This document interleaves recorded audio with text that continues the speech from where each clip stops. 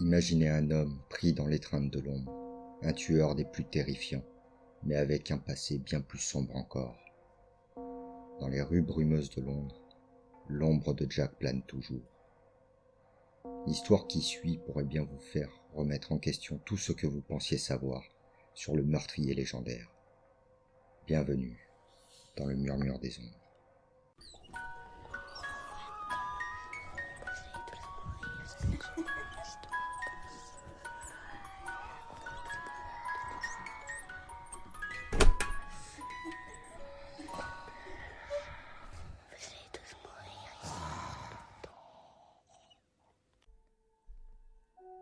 Jack, docker irlandais exilé, trouvait un maigre réconfort dans l'alcool et les bars bruyants de Whitechapel. Une soirée de janvier, alors que les journaux ne parlaient que du triomphe de l'Angleterre au British Home Championship, dans le pub du quartier, il y croisa Mary Jane, une fille de joie. Leur rencontre fut une éclaircie dans sa vie sombre et il en tomba éperdument amoureux.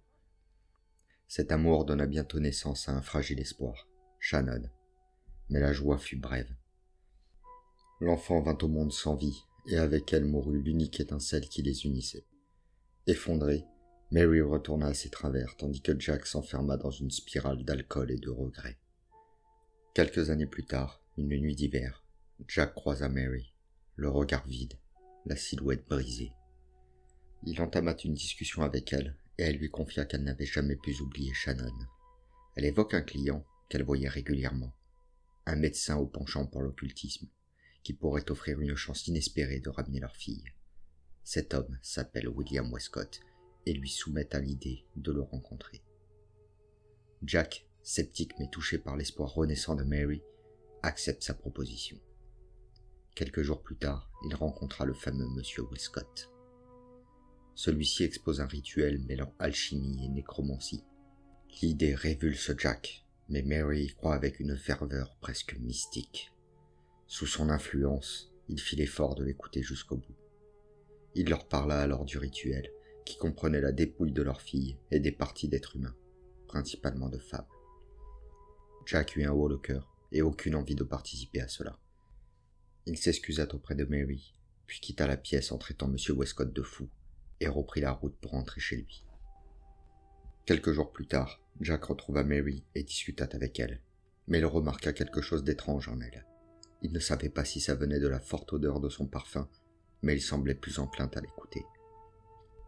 Elle lui révéla certains détails sombres. Jack eut un moment de recul devant de tels propos. Il ne voulait pas tuer d'innocentes victimes, mais Mary se mit à pleurer et le supplia de l'aider pour eux, et surtout pour Shannon.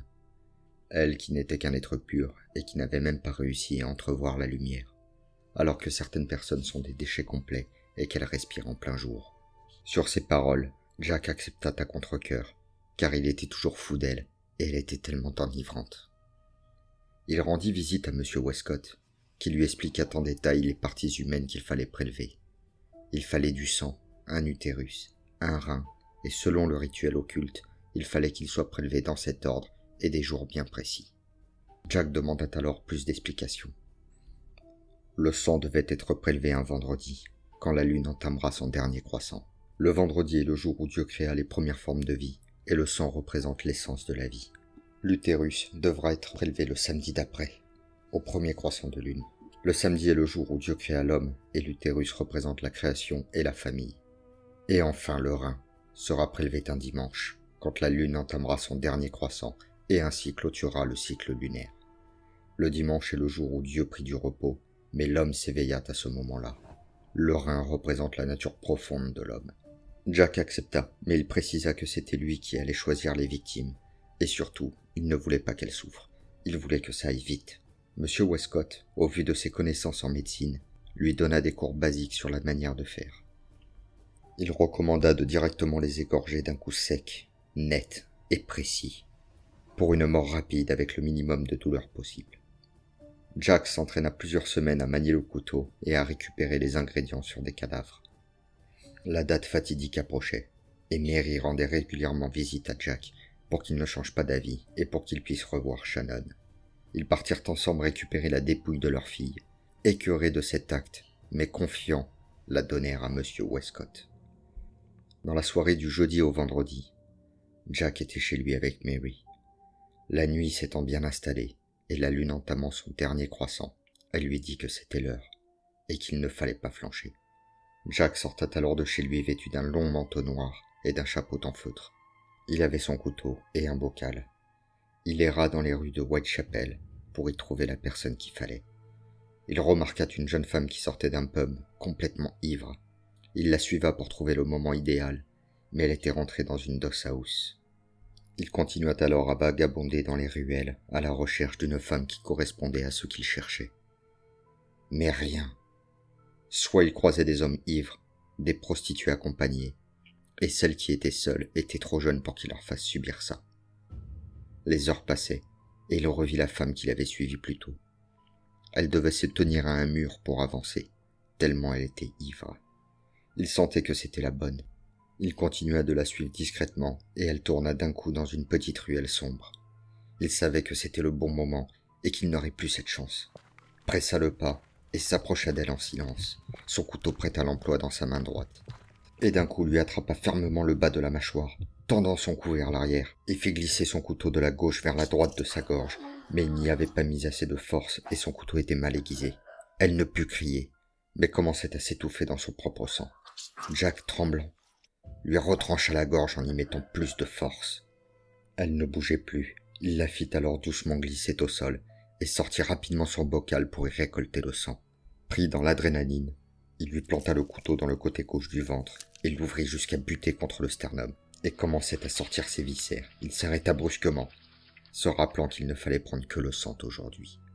Il s'excusa face au corps qu'il venait de mutiler, et rentra rapidement chez lui pour se changer et se rincer. Mary l'attendait et fut soulagée de le voir rentrer. Il sortit le bocal, et elle lui arracha des mains, le serrant comme son propre enfant. Jack sentait que quelque chose n'allait pas dans son comportement. Mais l'amour qu'il lui portait était si fort qu'il la prit dans ses bras et la serra fermement. Le lendemain, il apporta le bocal de sang à M. Westcott, qui prit soin de le ranger aux côtés de la dépouille de Shannon. Mais Jack expliqua qu'il a dû se reprendre à 2 fois pour l'égorger. Westcott lui passa alors un couteau de bonne qualité et très bien aiguisé. La fin de semaine fut dure pour Jack, qui faisait des cauchemars de sa victime. Mais il se rappela les dires de Mary, qui lui disait que maintenant qu'il avait commencé, autant en finir. Il n'en restait plus que 2. Dans la nuit de vendredi à samedi de la semaine suivante, c'était le moment pour le 2e ingrédient. Mary était encore avec Jack pour le soutenir dans sa tâche. Il se prépara comme la première fois, mais avec moins d'appréhension. Comme il y avait eu son meurtre une semaine plus tôt, ce fut compliqué de trouver une femme seule à cette heure-ci.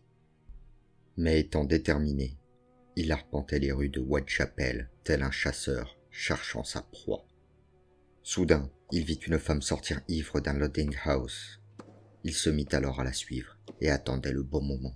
Il se rapprocha discrètement d'elle et il vit une cour d'immeubles ouverte plongée dans l'obscurité. D'un coup sec, il l'attrapa en lui mettant la main sur la bouche, tout en se glissant dans la cour et lui trancha la gorge d'un coup net et précis. Il la posa alors au sol, toujours agonisante, lui planta son couteau dans le ventre et commença à l'éventrer vivante. Il sortit les intestins et les déposa sur l'épaule de la malheureuse et commença alors l'extraction de l'utérus. Une fois sorti, il l'engloba dans un vieux journal. Avant de partir, il remarque au sol des affaires personnelles de sa victime. Et par respect pour la vie qu'il venait de prendre, il les récupéra et les posa délicatement à ses pieds. Et elle avait aussi une lettre qu'il posa près de sa tête. Après un léger moment de recueil, il repartit avant que le jour ne se lève. De retour chez lui ensanglanté, Mary l'attendait comme la dernière fois. Impatiente de voir le résultat de sa quête, il sortit alors le journal plein de sang et lui tendit. Elle l'ouvra comme un enfant excité le jour de Noël, et elle posa sa joue contre l'utérus encore chaud. Elle se mit à pleurer de joie tout en répétant qu'il n'en restait plus qu'une étape. Jack sentait qu'elle sombrait petit à petit dans une forme de folie. Mais il sentait que lui aussi perdait son humanité pour redonner vie à une âme innocente. Dans une étreinte sanglante, elle lui dit à voix basse « Plus qu'une ». Le lendemain, ils partirent donner le paquet à M. Westcott, qu'il l'entreposa à côté du bocal de sang. Et il dit à Jack que la date fatidique approchait à grands pas, et qu'il devait se préparer pour cette dernière et ultime action. Dans la nuit entre samedi et dimanche, la lune entama son dernier croissant, et il allait clôturer son cycle macabre. Comme à leur habitude, Jack et Mary passèrent le début de soirée ensemble, et Jack se préparait pour la dernière offrande. Malgré la pluie battante, Jack se mit en traque. Il passait à proximité d'un commissariat, et une femme en sortit titubant légèrement. Un policier la rattrapa pour lui rendre son sac, et il l'appela Mary Kelly. Jack fut interloqué d'entendre que cette femme utilisait le même nom que celle qu'il aime.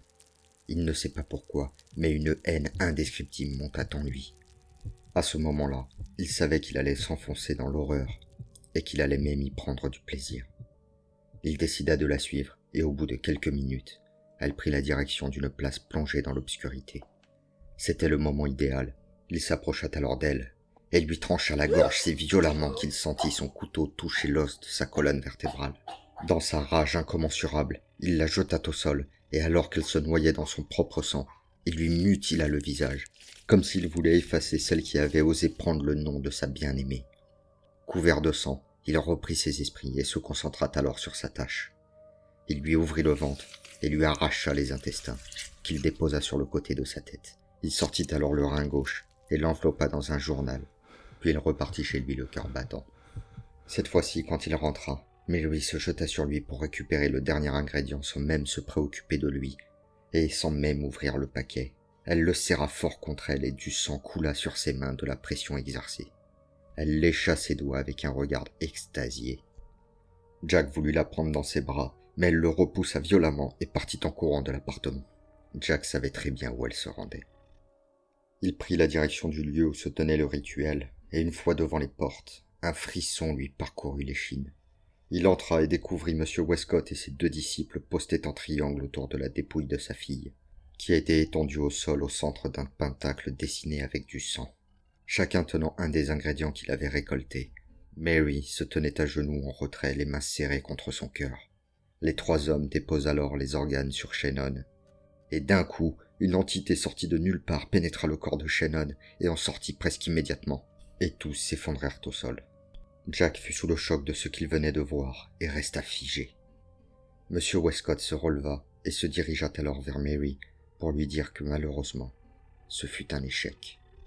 Elle poussa un cri d'horreur et de souffrance inouïe. Jack reprit ses esprits et accourut vers elle, mais elle le rejeta, et tout en lui lançant un regard de mépris, elle lui dit que tout était de sa faute et que ce n'était qu'un incapable, et que les envies de ne prendre que des organes de femmes qui n'étaient pas pures ont altéré le rituel. Insultant tout le monde, elle sortit en pleurs. Jack restait sans voix, à genoux au sol, regardant son amour partir et la dépouille profanée de sa fille qui était étalée au milieu de cette salle. Il se releva et demanda alors plus de détails à M. Westcott, et il lui dit qu'effectivement la qualité des organes aurait pu influencer le rituel. Sur ces paroles, et totalement déboussolé, il quitta la salle sans même se retourner sur le corps de sa fille.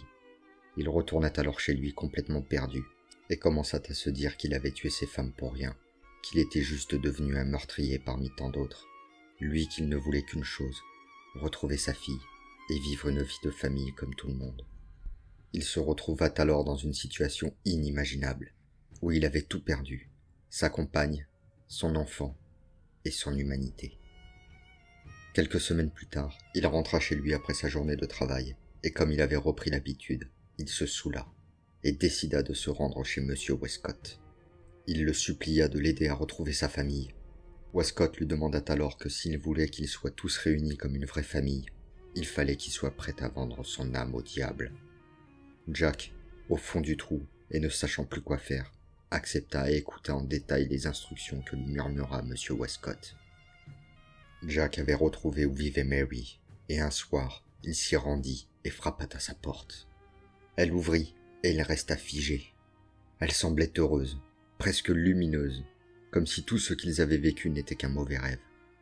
Surprise mais souriante, elle l'invita à entrer. Elle parlait d'un ton léger, banal, alors que lui, incapable de répondre, il scrutait ce visage qu'il connaissait par cœur. Ce sourire qu'il avait aimé autrefois lui brûlait maintenant l'âme. Comment pouvait-elle être aussi sereine, si vivante, alors que lui se noyait chaque jour davantage dans les ombres de ses crimes? La rage monta en lui, sourde et irrésistible.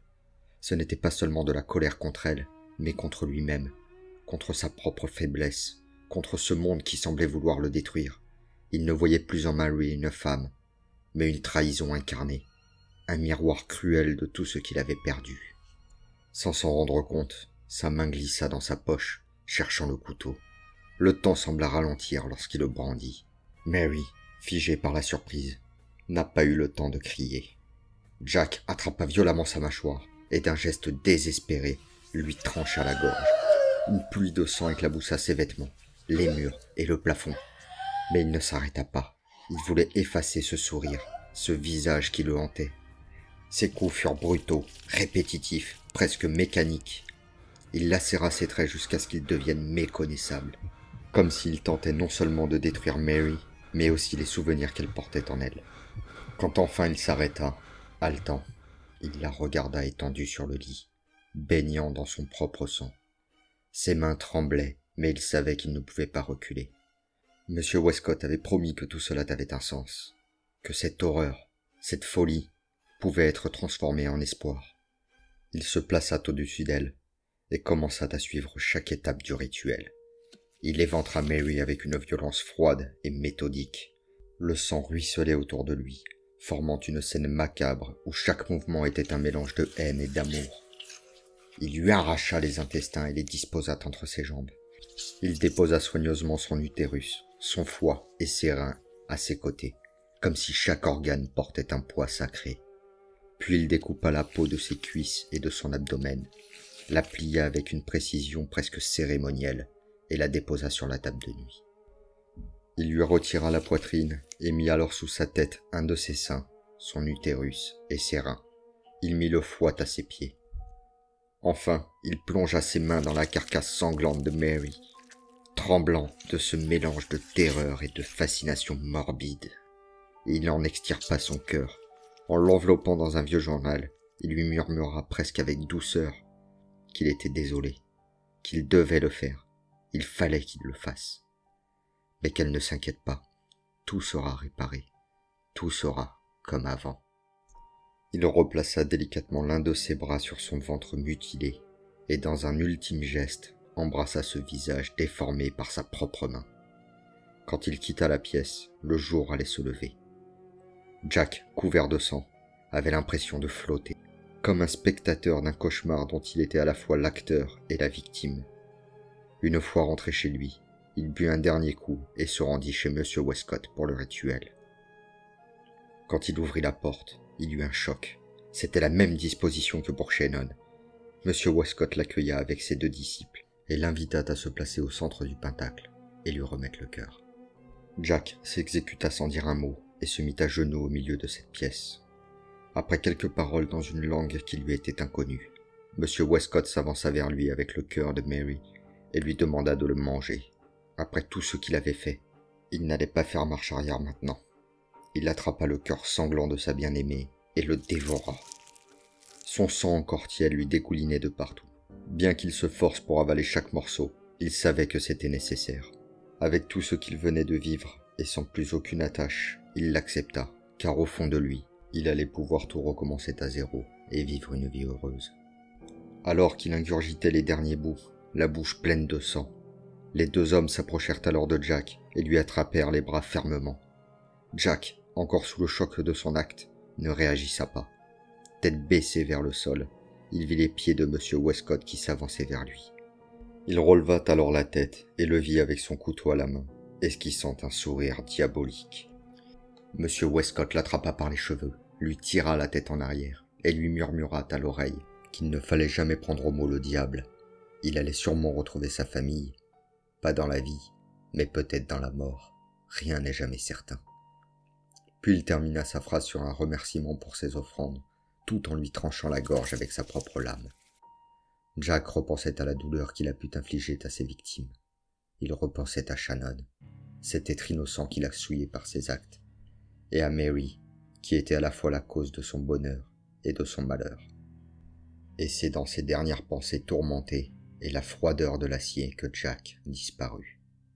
Depuis ce jour, il est connu pour ses crimes, mais personne ne sait qui il était réellement. Et la presse le surnomma l'éventreur de Whitechapel.